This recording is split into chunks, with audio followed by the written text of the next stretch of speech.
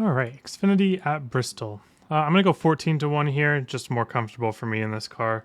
+2 on the steering offset. It doesn't seem exactly straight. Maybe go back to 0, but I like it, +2. And then brake bias, we don't use a ton, so it doesn't matter too much. I think I'll just put it down to 62. Xfinity car's pretty tight. It doesn't matter a ton because we just drag it very, very slightly, and the less brake we use, the less the brake bias super duper matters. If we're using like 20%, then yeah, I'd want it that low, but yeah. So we're gonna run first lap high, second lap high, low. I think they're pretty even. So, oops, a little wall tap. Forget about that. Get the car up top. We're just gonna be using this to get a run up.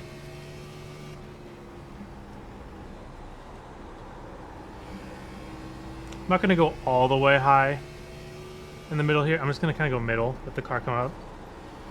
Let the car turn back down, get the run. And then go middle, or sorry, bottom. Roll the car. Just be really careful down here. And there we go.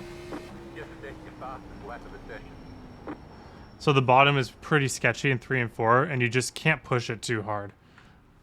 We'll go over that real quick.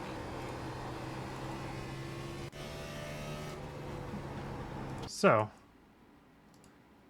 run up for this lap. I like starting at the top and then trying to make a straight line exit because you never know how much grip these right rears are going to be able to handle. So if I can just make this exit of the corner as straight as I can, that's going to be the best, most consistent way of making sure that I don't add extra heat into my right rear because I'm going to need that on entry. So turn 1, we can actually enter a couple ways. We can go in the middle and slide up. We can go in the middle and stay in the middle, or we can try to do the top the whole way. I find it best for qualifying, the most consistent for me, to just drag the brake up the track. And then, again, I kind of call it the Darlington 1 and 2 line, where you enter middle, you drag the brake, and then you get on the throttle right before you get to the wall and use that throttle to rotate you off the wall. This is a bad long run line, but I like it for hot lap because it's really consistent. It doesn't seem like it. Why would you throttle up to the wall? That doesn't feel consistent. Well, it's because we're braking at a perfect time to where the car's under control by the time we get on the throttle. So then the throttle just is completely responsive to what we're doing.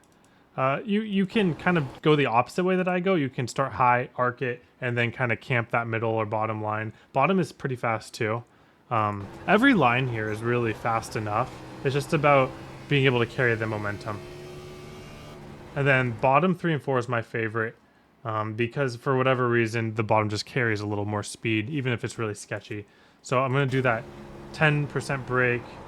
Really just, you see how I'm not even forcing 50% throttle, and it's still getting so loose. So you really just want to try to get that 30%, 40% throttle and just camp that bottom line until you can make your steering wheel straight. And that's when you come off the corner. It's just a little bit faster than trying to slow down and run that high line here. For whatever reason, I found it to be a little faster. You can see how loose it gets. I definitely had more time to gain there too without that little moment, but it was still a pretty good lap even with that. So just know that you have to be really easy on it getting in. And slow is going to equal fast if you're running the bottom here. Now feel free to run the top as well. I personally think it's a little slower, but I'm sure that it might be a little bit easier for you guys. And we'll demonstrate both lines right now. We'll do a little long run here, or at least what you should expect on a long run. I really like the bottom on long runs normally, typically at Bristol, but with the caveat that you got to be able to keep all your wheels under you. So you see how it was really sketchy for us to run the bottom 3 and 4 there. If you're not able to run the bottom and keep all 4 of your tires under you every single corner, every single time, it's not worth it. So, but if you do it really early, it should be fine.